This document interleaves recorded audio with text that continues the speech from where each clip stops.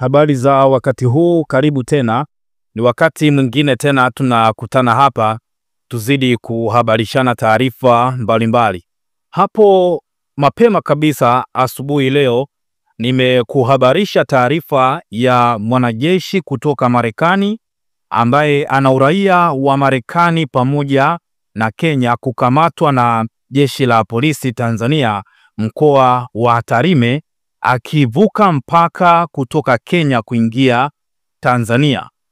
Na baada ya kusogezea taarifa hiyo, na huko mitandaoni pia tumeona taarifa ni nyingi sana. Watu wanahoji, wanauliza ya kwamba picha za huyo mtu aliyekamatwa ziko wapi? Wengine wakisema kwamba tutaamini vipi kama kweli amekamatwa huyo mtu? Na katika taarifa hiyo ya jeshi la polisi ilikuwa imedai ya kwamba mwanajeshi huyo ambaye anaitwa Charles Onkuri Ongela, huyu ambaye unamuona Ongeta, huyu ambaye unamuona hapa kwenye hizi picha, huyu ndo Charles Onkuri Ongeta. Umri wake ni miaka 30.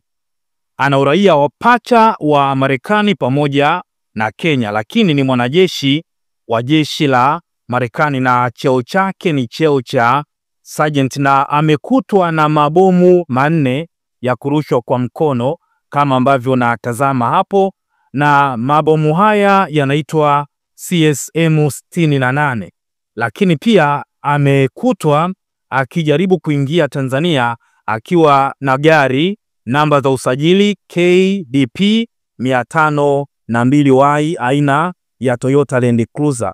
Kwa hiyo wale ambao walikuwa wanatamani kumuona Charles Onkuri Ongeta ndio huyu hapa ambaye amekamatwa na jeshi la polisi akijaribu kuingia Tanzania akitokea Kenya. Bado maswali ni mengi ambayo tunatakiwa kujiuliza kuhusu Charles Onkuri Ongeta mwenye miaka 30 ambaye alikuwa anajaribu kuingia Tanzania. Lakini pia sio hivyo tu, mwanzo nimekuambia hapa kwamba kuna ubalozi wa Marekani Tanzania.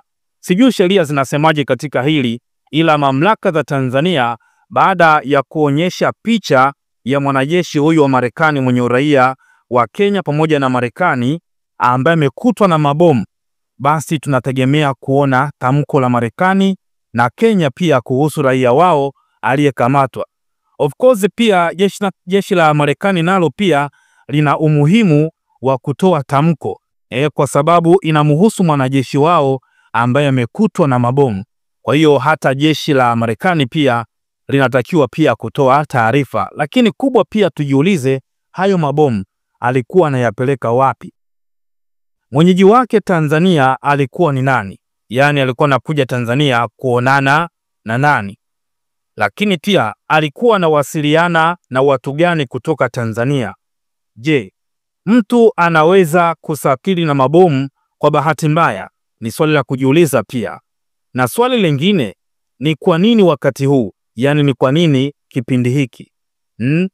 Tuliache kwako, tochea maoni yako. Lakini katika picha ndio mwanajeshi wa jeshi la Marekani aliyekamatwa, na baadaye pia nitakuletea uchambuzi wa kina zaidi nyuma ya pazia kukamatwa kwa mwanajeshi huyu. Unajua kuna mengi sana ambayo yanaendelea nyuma ya pazia, nitakuchambulia kwa kina zaidi. Na katika uchambuzi wangu tutakwenda kuangalia mataifa ya Ulaya pamoja na Marekani kwa ujumla, lakini pia taifa la Urusi na uhusiano wao na Tanzania, lakini pia vurugu ambazo zimetokea siku za hivi karibuni. Kwa hiyo tutaunganisha doti, nitakupitisha katika vitu ambavyo kwa namna moja ama nyingine utapata kitu kutokana na mambo haya ambayo yanazidi kuendelea. Kwa kuwa jeshi la polisi limemkamata, basi tutafahamu ya kwamba alikuwa anakwenda wapi, kuonana na nani, lakini pia mabomu yalikuwa ni ya nini. Jeshi la Marekani pia litatoa taarifa maybe kwa sababu ni mwanajeshi wao. Tutakuhabarisha pia hapa. Kubwa tochea maoni yako na endelea kutufuatilia kwa taarifa zaidi.